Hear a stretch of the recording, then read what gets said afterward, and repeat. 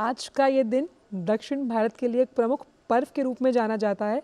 आप ये सीधी तस्वीरें देख रहे हैं जहाँ पर प्रधानमंत्री केंद्रीय मंत्री एल मुरुगन के घर पहुँचे हैं पोंगल के इस पावन अवसर पर। और पोंगल का ये पर्व 4 दिनों तक चलता है और इसमें किस तरह से गुड़ और चावल को उबालकर सूर्यदेव को चढ़ाया जाता है, ये तमाम जो जिस तरह से पद्धतियाँ हम देख पा रहे हैं, कैसे 4 दिनों में जब पोंगल को मनाया जाता है तो उसमें एक खास दिन पर जो गायें होती हैं उनकी पूजा अर्चना की जाती है, क्योंकि इन गायों की वजह से ही जो किसान हैं जिन्हें राष्ट्र का अन्नदाता कहा जाता है वो खेती किसानी करने में उनकी मददगार होती हैं और उनकी खेवनहार होती हैं। किस तरह से देखिए जो गौ माता है उनका पूजा अर्चन या यूँ कहें कि धन्यवाद देने की एक बहुत ही खूबसूरत अलौकिक प्रक्रिया मानी जाती है पोंगल के इस अवसर पर। तो इस पर्व पर वर्षा, धूप या फिर हम यूँ कहें कि कृषि से संबंधित जो तमाम अहम कारक हैं जिससे फसल जिसको हम हमारी थाली तक पहुंचाने के लिए किसान बहुत मेहनत करता है, ये उस मेहनत को मनाने का पर्व है। और किस तरह से आप देख रहे हैं कि गुड़ में चावल को उबालकर जिस तरह से सूर्य भगवान को चढ़ाया जाता है, इस प्रसाद को ही असल में अगर हम कम शब्दों में सही मायने आर्थिक स्वरूप दें तो उसे पोंगल कहा जाता है। तो इस वर्ष भी प्रधानमंत्री हम देख रहे हैं कि फसलों की कटाई से जुड़े इस उत्सव पोंगल को मनाने के लिए केंद्रीय मंत्री एल मुरुगन के घर पहुंचे हैं और गौ माता को यहाँ पर उनको धन्यवाद दिया जा रहा है, क्योंकि किसान के लिए गौ माता का बहुत अहम महत्व होता है, ख़ास तौर पर जब फसलों की जुताई की जाती है। और 4 दिन तक चलने वाले पोंगल के इस पर्व में ये माना जाता है कि ये तमिल नववर्ष की शुरुआत होती है और प्रकृति से मिलते हुए जो ये उम्मीद है मीठे और स्वादिष्ट हम कह सकते हैं चावल का जो पोंगल है वो किस तरह दिलों में खुशहाली, सद्भाव और भाईचारे का प्रतीक भी है। तो अगर हम इसको ऐसे समझें कि इस त्यौहार का पहला दिन भोगी पोंगल के रूप में जाना जाता है और जिस तरह से तमाम जो पूजा पद्धतियाँ हैं उनको समय अनुसार उनका निर्वहन किया जाता है, वहीं पोंगल पर्व के दूसरे दिन सूर्य भगवान को और तीसरे दिन माट्टू पोंगल और चौथे दिन कन्नम पोंगल के रूप में इसे मनाया जाता है। भाव यही है कि जिस तरह से जब हम हमारी थाली में खाना खाते हैं, ऐसे ही जो राष्ट्र का अन्नदाता है किसान, उसके चेहरे पर हमेशा खुशी रहे, इसीलिए कृषि से संबंधित तमाम जो अहम कारक हैं उनको भी धन्यवाद देने का ये अहम दिन है। पारंपरिक रूप से ये पर्व जो है वो संपन्नता का प्रतीक माना जाता है, जिसमें सुख और समृद्धि के लिए वर्षा, धूप, खेतीहर मवेशियों की आराधना की जाती है।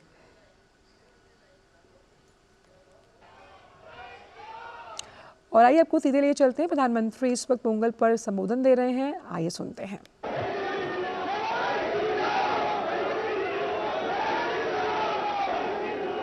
वणक्कम।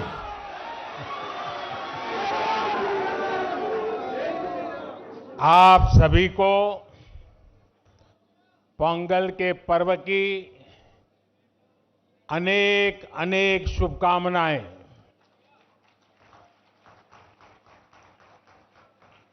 इनिय पोंगल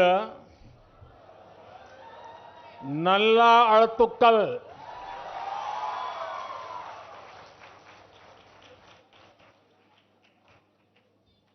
पोंगल के पवित्र दिन तमिलनाडु के हर घर से पोंगल धारा का प्रवाह होता है।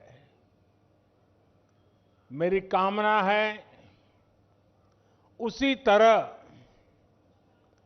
आपके जीवन में भी सुख, समृद्धि और संतोष की धारा का प्रवाह निरंतर होता रहे।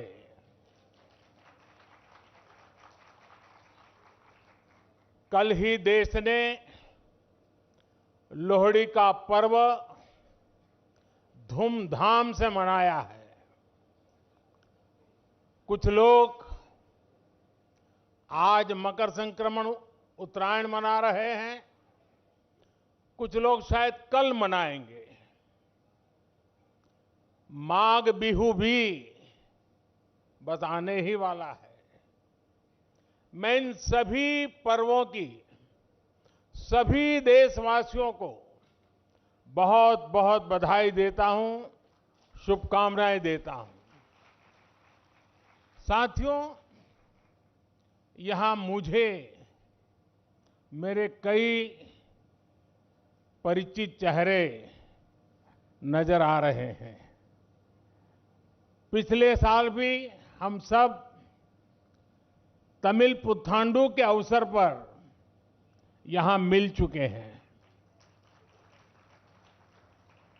मैं मुरुगन जी को धन्यवाद देता हूं कि उन्होंने मुझे इस अद्भुत आयोजन का हिस्सा बनने का अवसर दिया। ये ऐसा है जैसे मैं अपने परिवार और दोस्तों के साथ कोई उत्सव मना रहा हूं। साथियों, संत तिरुवल्लुवर ने कहा है, तल्ला विलयुलुम तक्कारुम तालिवल्ला चेवरुम सेवर्द नाडु, यानी अच्छी फसल, पढ़े लिखे व्यक्ति और ईमानदार व्यापारी, ये तीनों मिलकर राष्ट्र निर्माण करते हैं। तिरुवल्लुवर जी ने पॉलिटिशियन का उल्लेख नहीं किया है। ये हम सबको संदेश है। पोंगल पर्व में ताजी फसल को भगवान के चरणों में समर्पित करने की परंपरा है।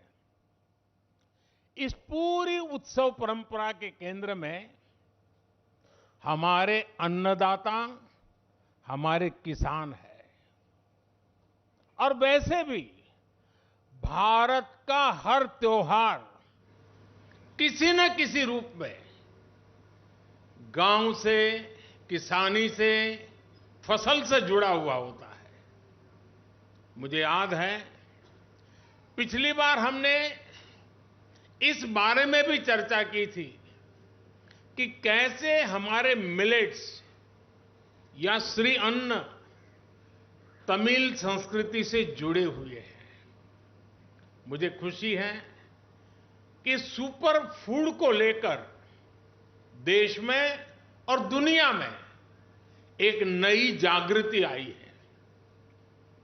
हमारे बहुत सारे नौजवान मिलेट्स, श्री अन्न को लेकर नए स्टार्टअप शुरू कर रहे हैं और ये स्टार्टअप्स आज बहुत पॉपुलर हो रहे हैं।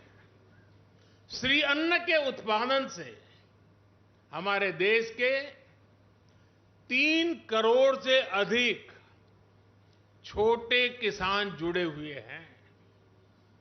हम श्री अन्न को प्रमोट करते हैं तो सीधे सीधे ये 3 करोड़ किसानों का भला होता है।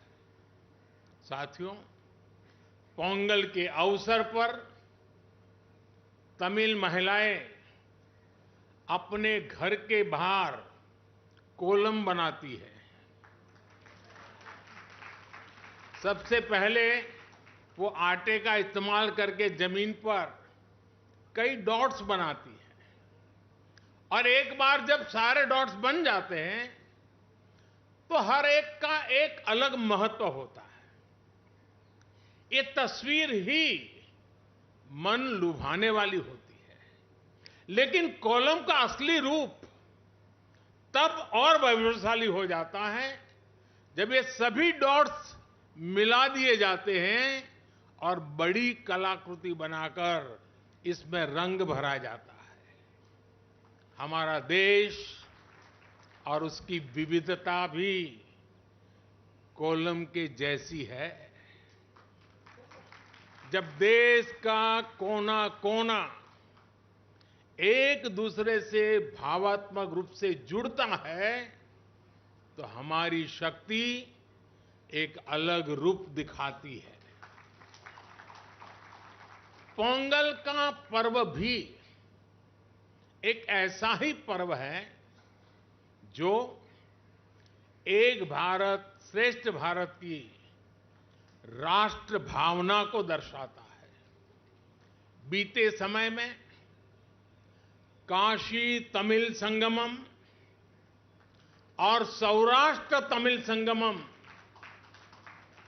अत्यंत महत्वपूर्ण परंपरा शुरू हुई है और उसमें भी ये भाव प्रकट होता है, ये भावना दिखती है।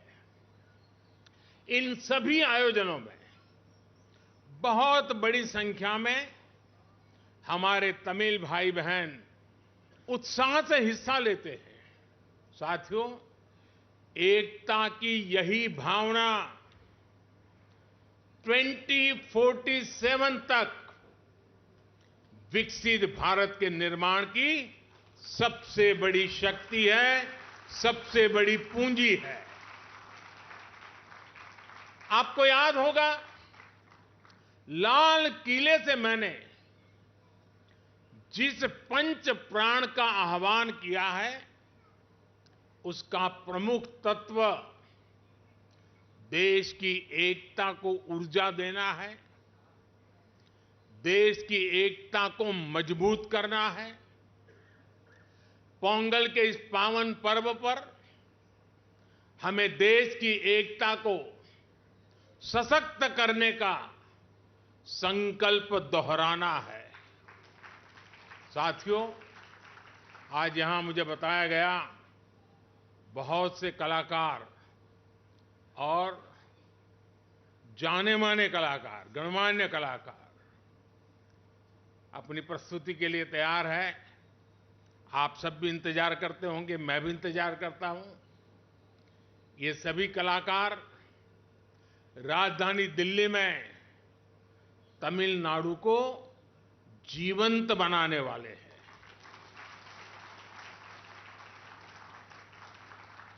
कुछ पल हमें तमिल जीने का मौका मिलेगा, ये भी एक सौभाग्य होता है।